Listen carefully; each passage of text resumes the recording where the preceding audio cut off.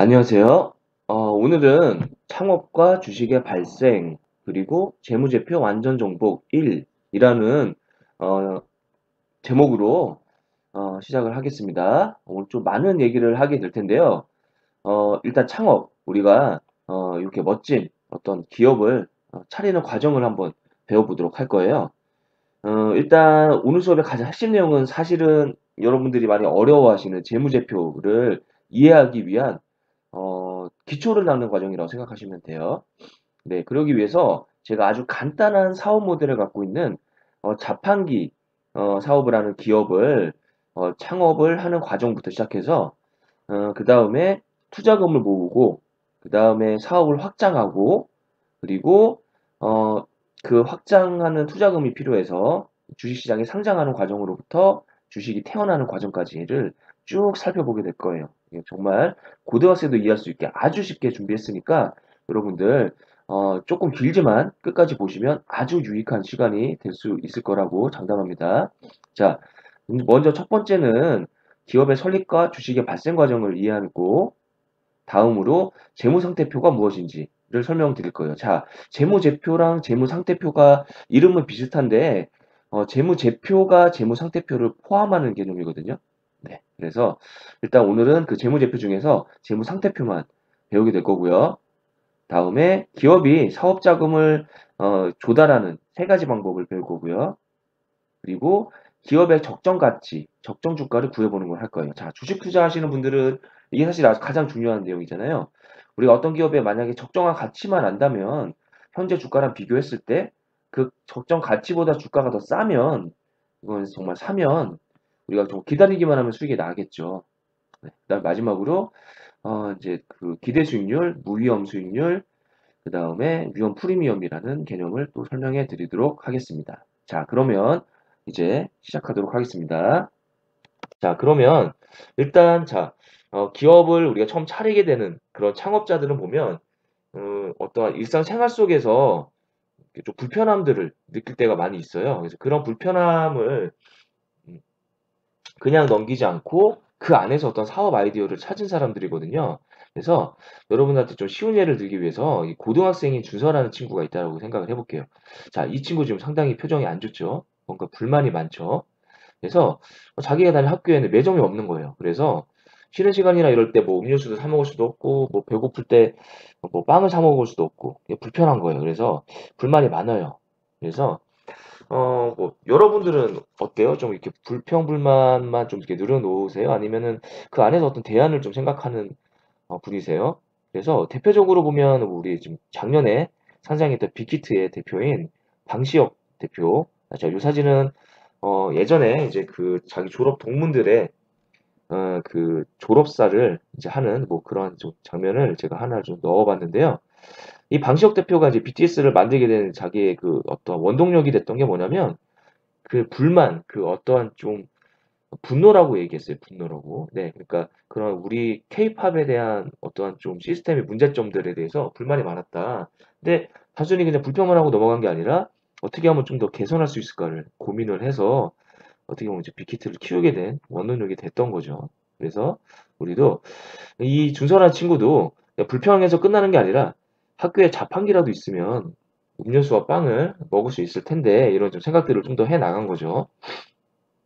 자, 그래서 자판기 사업을 한번 해보면 어떨까라는 생각을 하게 됐어요.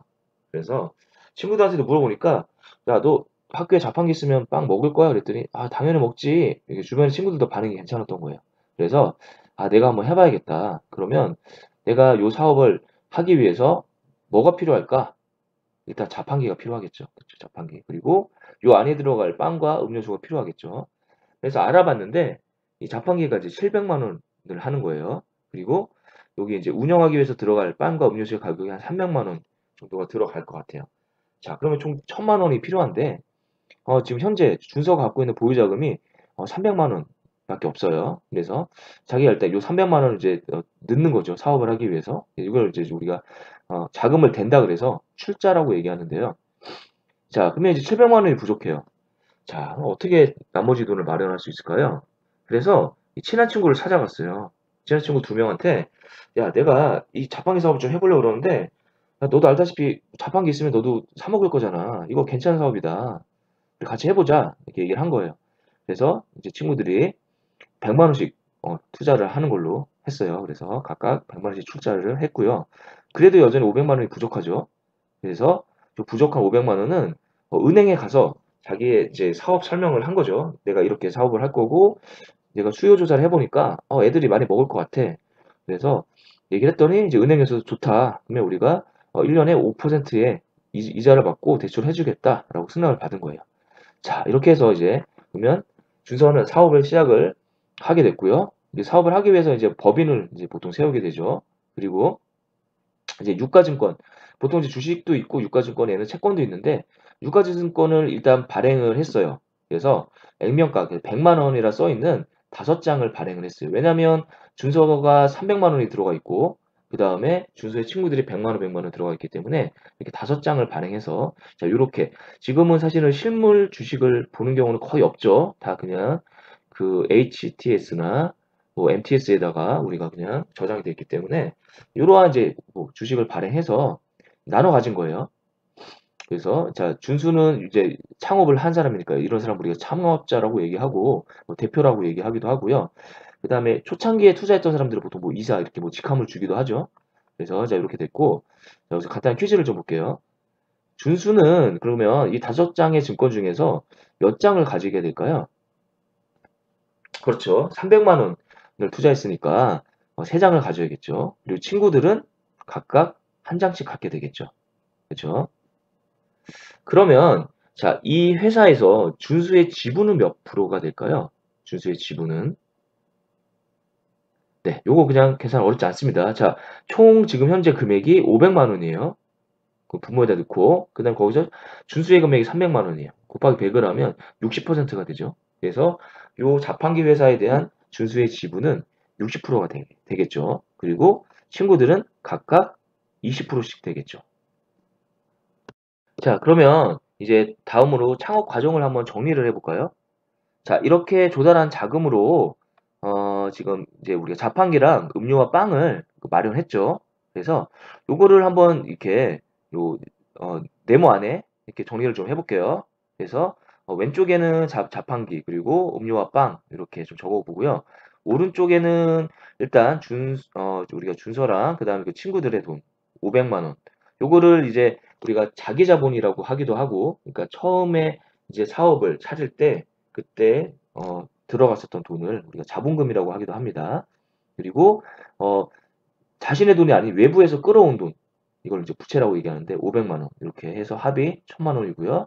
그 돈을 가지고 구입한 자판기랑 음료수와 빵, 요 부분을 우리가 자산이라고 얘기를 해요. 그래서 이렇게 좀 이렇게 정리한 거를 우리가 재무 상태표라고 하는데 조금 더 자세하게 볼게요. 자, 재무 상태표란 일단 자산은 왼쪽 계정에 이렇게 넣고요. 그 다음에 부채와 자본은 오른쪽 계정에 이렇게 넣어요. 그래서 이렇게 기록한 장부를 우리가 재무 상태표라고 얘기하고 이 부분은 이제 뭐 이렇게 회계사들이 좀 많이 다루는 그런 부분인데요. 일단 자, 자산을 먼저 볼게요. 자산은 사실은 사업을 하기 위해서 그 조달한 돈을 가지고 그 마련한 어떻게 보면 재산 목록 같은 거예요. 네, 재산 목록 같은 거라 생각하시면 되고요. 부채는 뭐 아까 잠깐 말씀드렸지만 회사 외부에서 끌어온 돈이고 자본.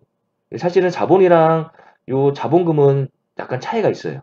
그래서 잠깐 좀 먼저 보면 이 자본은 자본금을 포함하고 있는데 무슨 얘기냐면 요 자본 안에는 처음 이제 시작한 그 창업자들의 돈 요거를 자본금이라 하고요. 그 외에도 또 다른 것들이 더 들어가요.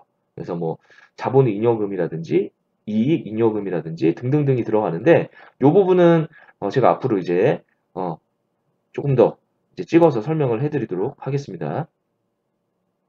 자, 근데 여기서 좀 중요한 내용이 있는데요. 왼쪽에 있는 부분이랑 오른쪽에 있는 부분은 항상 값이 같아요. 이렇게. 이게 이제 회계적인 원리인데, 그래서 자산은 부채랑 자본을 더했을 때 똑같다. 이렇게 참고를 알아두시면 될 것 같고요. 그럼 직접 기업의 회계정보를 하나 보여드릴게요. 자, 예를 들어서 제가 인터넷에서 하나를 같이 좀 살펴보도록 할게요. 자, 이거 좀 오래된 건데, 지금 잠깐 보시면은 한국제지주식회사라는 곳에 2016년도 거에 지금 요게 재무 상태표인데요. 앞에 연결이란 말이 들어있는데 이제 이게 그냥 재무 상태표가 있고 연결 재무 상태표가 있는데요. 그냥 간단하게 말씀드리면 연결 재무 상태표는 자회사를 갖고 있을 경우 그 자회사에 대한 부분들까지 다 포함한 거예요. 일단 그렇게만 그냥 보시면 되고요. 여기 지금 보시면 여기가 왼쪽 네모 박스라 생각하시면 되고요. 이쪽이 오른쪽 네모 박스라고 생각하시면 돼요. 뭐가 상당히 많이 적혀 있는데 일단 보시면 여기 자산 있죠, 그렇죠? 자산 안에 쭉 목록들이 들어가 있고요. 그 다음에 여기 보시면 크게 위에는 부채, 아래는 자본. 그래서 제가 보여드렸던 그 간단한 모양하고 같은 거를 확인할 수가 있어요, 그렇죠? 그래서 사실 자산 안에는 상당히 많은 게 들어있는데 조금만 설명해 드리면 그 자판기 같은 경우는 움직이지 않는 자산으로 봐서요, 유형 자산이 돼요. 그리고 그 다음 거기 들어가는 빵과 음료수는 재고 자산에 들어가게 돼요. 이렇게 좀 쉽게 좀 말씀드린 거고요. 아까 제가 말씀드렸다시피 자본 안에 자본금이 있다는 말씀드렸어요. 그쵸? 그래서 500만 원. 사실 그 500만 원이 이 기업을 처음 창업했을 때 들어간 돈이라고 생각하시면 되고요. 나머지 것들이 있는데 이거는 나중에 제가 더 강의를 찍게 되면 말씀드리겠습니다. 자, 그렇게 해서 이제 준서의 사업이 잘 됐을까요? 네, 잘 됐어요. 그래서 돈을 이제 벌었는데 자, 1년에 240만 원의 이익을 내는 그러한 사업이 됐어요. 그래서 이제 사업에 성공한 준서가 이제 자신감이 생겨서 주변에 매점 없는 학교를 또 찾아봤어요. 그리고 세 군데에서 사업을 해도 좋다는 허락을 받았어요. 자, 그래서 그곳에서도 이제 같은 방식으로 자판기 사업을 이제 확장할 계획인데요. 그러면 이제 추가로 뭐가 더 필요할까요? 그렇죠. 뭐 자판기 사업이니까 자판기에 필요하고 세대가 필요하겠죠. 그리고 거기에 들어갈 빵도 한 3배가 더 필요하겠죠. 이렇게. 자, 그러면 그 추가로 필요한 자금은 얼마나 될까요? 자, 보면 일단 자판기 한 대 700만 원 세대, 그리고 음료빵 300만 원 곱하기 3, 총 3천만 원이 필요한데, 자, 이 큰 돈을 어떻게 마련할까? 처음에 사업할 때 그 이제 부족한 700만 원 마련하는 과정도 쉽지 않았죠. 그래서 첫 번째는 일단 자, 은행. 처음에 사업할 때도 은행에서 500만 원을 대출 받았었죠. 은행에서 대출하는 방법이 있겠죠. 그래서 장점은 이자 말고 신경 쓸 게 없다라는 거. 단점은 이제 신용도가 좋지 못하면 기업이 이익을 내지 못하고 뭐 적자를 낸다든지 이러면 은행에서 대출 안 해주겠죠. 위험하니까. 그리고 뭐 이자 비용이 발생한다라는 게 있겠고요. 두 번째 방법 뭐가 있을까요? 자, 요게 뭘까요? 자, 여기 채권이라는 건데 기업에서 발행하는 채권을 우리 사채, 뭐 기업채라고 얘기하는데 뭐 국가에서 발행하는 거는 뭐 국채, 그다음에 뭐 공기업은 뭐 공채 뭐 이렇게 얘기를 하는데 자, 이렇게 채권을 발행하는 방법이 있겠죠. 그래서 첫 번째는 이제 장점은 은행 대출이 어려울 경우에 이용할 수 있다라는 거. 그 다음에 법인의 신용도에 따라서 이 발행이 거부될 수가 있겠죠. 은행 대출과 마찬가지로 이자 비용도 생기겠고요. 그 다음에 또 이게 사실은 기업의 신용도가 좋지 못할 경우에 어쨌든 뭐 투자금은 필요하니까 그럴 때는 이제 자기 기업에 좀 불리한 조건으로 그 주식 전환권이라 그래서 뭐 CB, BW 이렇게 있는데 요건 좀 어려운 부분이라서 제가 나중에 만약에 기회가 된다면 그때 좀 다뤄보도록 하겠습니다. 그래서 이게 채권이긴 한데 주식으로 전환할 수 있는 권리도 주는 거예요. 그래서 뭐 그런 조건으로 좀 불리하게 이렇게 뭐 채권을 발행하는 경우도 있어요. 자, 근데 아주 좋은 방법이 하나 있어요. 이자도 안 주면서 돈을 빌려올 수 있는 방법이 있어요. 야, 이런 신박한 방법이 있을까? 네, 이게 어떤 방법일까요? 자, 제가 좀 지루할까 봐 여기 잠깐 트와이스 친구들을 불러왔는데, 아, 그런 방법이 있나? 야, 그러면 다 이 방법을 쓰지 않을까요? 은행에 굳이 이자 받으면서 아니면은 뭐 채권 발행해서 그렇게 하는 것보다는 좋을 것 같은데요. 이게 뭘까요? 자, 바로 이겁니다. 자, 코스피. 코스피나 코스닥 이런 주식시장에 상장을 하는 방법이에요. 자, 주식시장에 상장. 아니면 또 기존에 이미 상장되어서 거래되는 기업들도 증자라 그래서 주식을 추가로 더 발행하는 거예요. 이런 방법이 있어요. 이렇게 발행하면 장점은 이자 없이 자금을 조달할 수 있어요. 단점은 뭐가 있냐면 경영권을 위협할 수 있어요. 이게 이제 뭐 대표적인 사례가 그 대주주의 지분이 좀 낮았던 대한항공 같은 경우가 있는데, 그러니까 이게 이렇게 좀 주식 발행을 많이 하다 보면 아무래도 그만큼 그 창업주들의 지분을 발행을 하는 거기 때문에 그 지분율이 떨어지겠죠. 그러다 보면 이제 뭐 주주총회나 이런 걸 통해서 좀 창업주들이 뭐 대주주들이 하고 싶은 것들을 마음대로 못하게 좀 이렇게 제재를 할 수가 있겠죠. 그다음에 또 뭐가 있냐면 일단 주식시장에 등록이 되면 이게 이제 개인 투자자들, 거기 투자하는 사람들을 보호를 해줘야 되잖아요. 그러기 위해서 그 회계장부를 공개를 해야 돼요. 이걸 이제 정보공시라고 얘기하는데, 물론 뭐 그것뿐만이 아니라 새로운 사업을 뭐 한다든지 투자를 받았다든지 이런 사실에 대해서 이제 투명하게 그 다트라는 곳에다가 이 공개를 해야 돼요. 그래서 이건 나중에 또 기회가 되면 한번 다뤄보도록 하겠습니다. 자, 그래서 이 자금 조달할 수 있는 방법이 세 가지가 이제 있는데, 자, 이렇게 해서 이제 뭐 자금 조달해서 사업을 한다라고 했을 때, 요 자판기 사업의 가치를 한번 생각해 볼까요? 이게 얼마나 될까? 자, 1년에 240만 원의 이자를 주는 어떤 예금, 이제 은행에다가 우리가 예금을 했을 때 240만 원의 이자를 받으려면 얼마의 돈을 넣어야 될까요? 자, 뭐 예금금리를 2.5%라고 가정할게요. 얼마를 넣어서 2.5% 이자를 받아야 240만 원이 될까? 자, 이렇게 생각하면 되겠죠? 그러면 우리가 그 넣어야 되는 돈을 X라고 하고 거기에 2.5%에 해당하는 소수값을 곱해주고 그게 240만 원이 되면 되니까 요 값이 넘어가서 이항해주면 되겠죠? 그래서 여기다가 40을 곱하면 되겠네요. 이게 넘어가서 역수치하면 40 정도 나올 텐데 그러면 9,600만 원이 나오네요. 자, 그러니까 우리가 매년 이자로 240만 원을 받으려면 9,600만 원을 넣어놓으면 되겠죠. 그렇게 생각할 수 있겠죠. 만약에 똑같은 240만 원에 뭐 이익이라는 게 사실 이자나 마찬가지잖아요. 그렇게 이익을 내는 그 자판기 기업이라면 얼마에 사실 건가요? 한번 생각해 보실까요? 얼마 주고 살까요, 이거를? 그래서 그게 이제 어떻게 보면 적정 가치잖아요, 자판기 사업에. 이게 얼마가 적정한 가치일까? 만약에 여러분이 투자자라고 하면 이 자판기 기업을 9,600만 원 주고 사실 건가요? 이게 사는 게 맞을까요? 안 사는 게 맞을까요? 네, 이거 지금 뭐 이렇게 쌍방향 이게 지금 진행되는 영상이 아니어서 네, 뭐 토론하기는 어려울 것 같은데 일단 안 살 것 같아요, 저는. 네, 여기 지금 트와이스 세 친구들이 사지 말자고 지금 얘기하고 있는데요. 이게 왜 그러냐면 뭐 충분히 또 눈치채신 분들 계시겠지만 이 은행에 맡기면 아무 위험이 없잖아요, 사실. 뭐 은행이 물론 간혹가다 망하기도 하지만 뭐 5천만 원 정도는 또 무조건 망하더라도 국가에서 보장을 해주죠. 네, 은행이 많은 경우 거의 사실 안 생기기 때문에 여러분들이 은행에 돈 맡기고 밤에 뭐 불안해서 잠을 못 주무시거나 이런 분들 안 계시잖아요. 그렇죠? 그래서 은행에 맡기면 위험 없이 아무 위험 없이 240만 원 주는데 굳이 자판기 사업이 앞으로 솔직히 어떻게 될지 모르잖아요. 갑자기 안 될 수도 있고 뭐 학교에서 하지 마라 뭐 그럴 수도 있는 거고 위험이 있단 말이죠. 그렇죠? 그래서 저 같으면 안 살 것 같아요. 예. 그래서 요 금액보다는 좀 뭐 싸면 좀 살 수도 있겠죠. 이거보다는. 그래서 그러니까 얼마에 사면 이 적당한 자판기의 사업의 가격일까를 생각을 해볼게요. 네. 자판기 사업은 은행 예금보다는 수익률이 더 높아야 될까요? 낮아야 될까요? 네. 투자했을 때 돈을 더 벌어야 자판기 사업을 살까요? 아니면 은행에다가 저금할까요? 당연히 수익률이 높아야지 자판기 사업을 투자를 하겠죠. 낮으면 다 은행에다가 넣어놓겠죠. 그렇죠? 네, 그래서 높아야 됩니다. 네, 당연히. 자, 이제 좀 새로운 내용을 좀 소개를 하려고 사실은 조금 지루한 얘기를 했는데 위험 프리미엄이랑 기대 수익률이라는 얘기를 좀 하도록 할게요.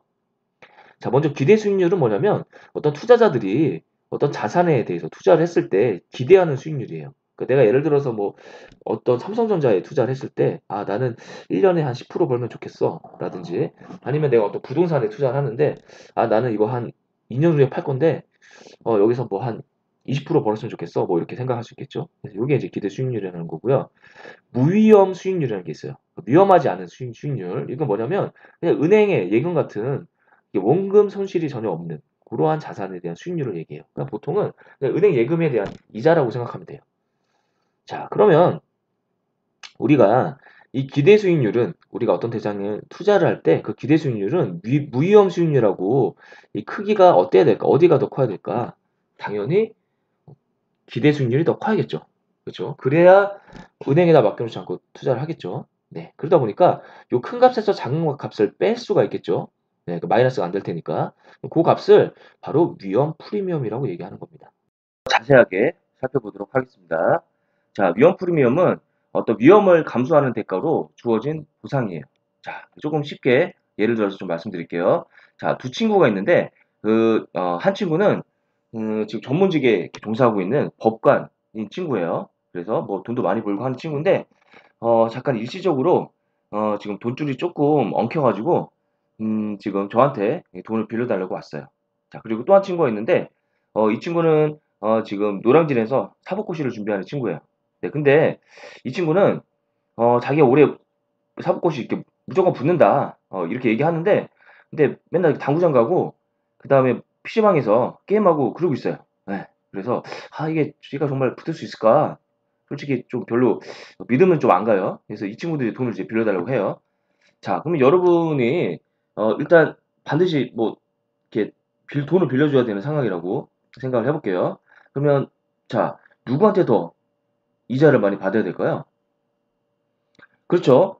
이 친구 같은 경우 지금 아직 뭐 변변한 직장도 없고 게다가 이게 성실하지도 않은 것 같아요. 그죠? 좀 이게 봐도 좀 위험해 보이죠? 그래서 이 돈을 빌려줬다가는 돈을 떼일 것 같기 때문에 최대한 이자를 많이 받아야겠죠. 근데 이 친구는 뭐 아무래도 지금 든든한 직장도 있고 이제 잠깐 일시적으로 그런 거기 때문에 좀 뭐 낮은 이자에 빌려올 수 있겠죠. 네.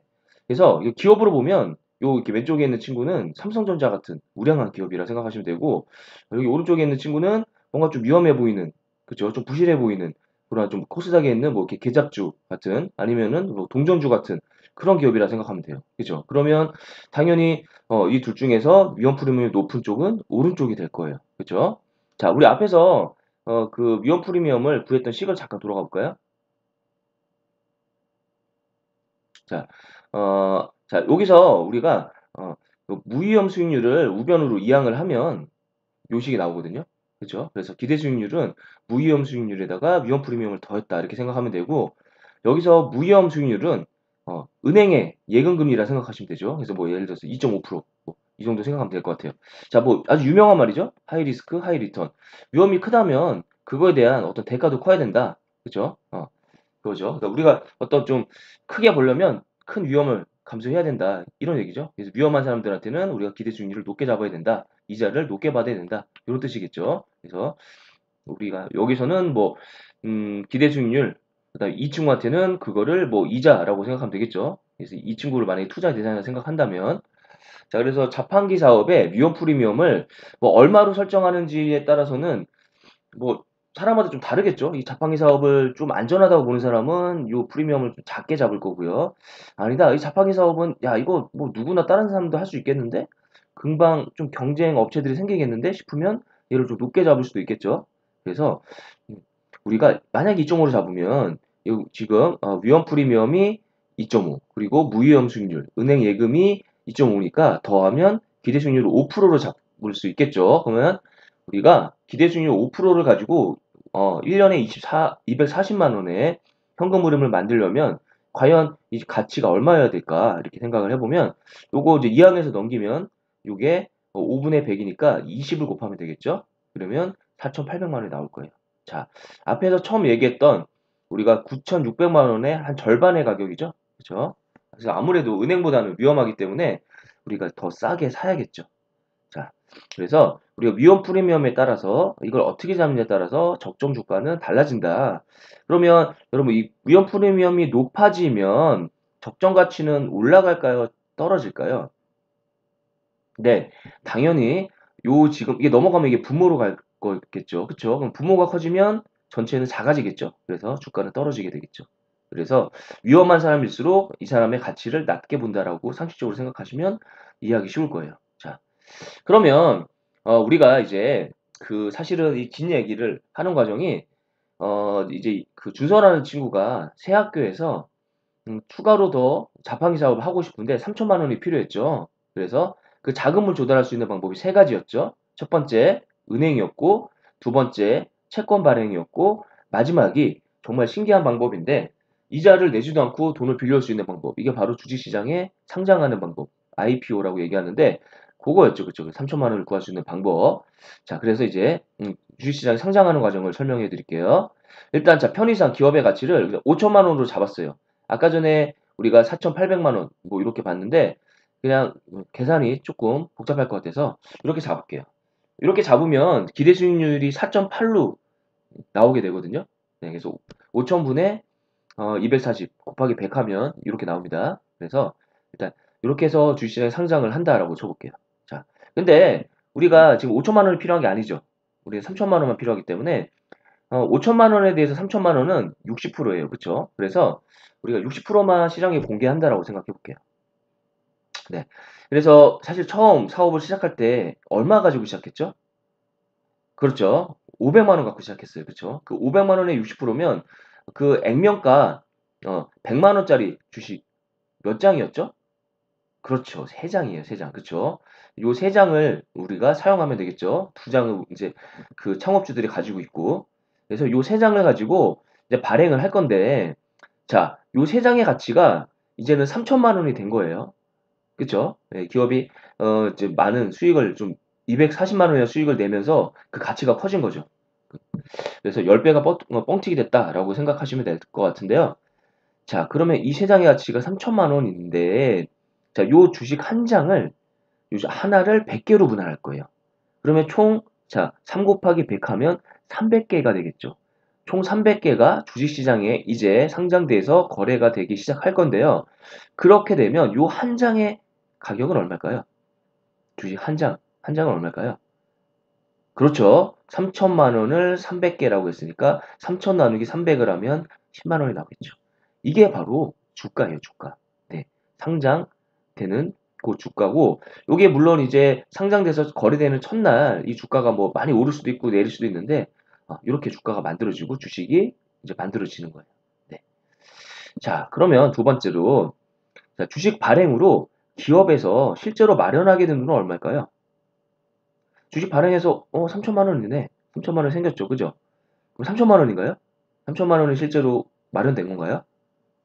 아니죠. 자, 왜냐면 이 지금 100만 원짜리 액면가 요거 3장을 가지고 얘를 만든 거잖아요. 그쵸? 그러니까 300만 원이 3천만 원이 됐으니까 빼줘야겠죠. 그래서 2,700만 원이 마련된 거예요. 그러니까 사실은 정확하게 얘기하자면 우리가 자판기 3개를 우리가 더 사서 사업을 하려면 3천만 원이 필요한데 실제로 요렇게 상장을 하게 되면 사실은 3천만 원이 마련되는 게 아니라 2,700만 원만 마련돼요. 근데 이거는 이제 여러분들한테 이해하기 쉽게 이렇게 예를 들다 보니까 이렇게 됐어요. 네. 그래서 그렇게 좀 이해하시면 될 것 같고요. 요렇게 실제 300만 원보다 더 늘어난 요거를 주식 발행 초과금 이렇게 얘기하기도 하고요.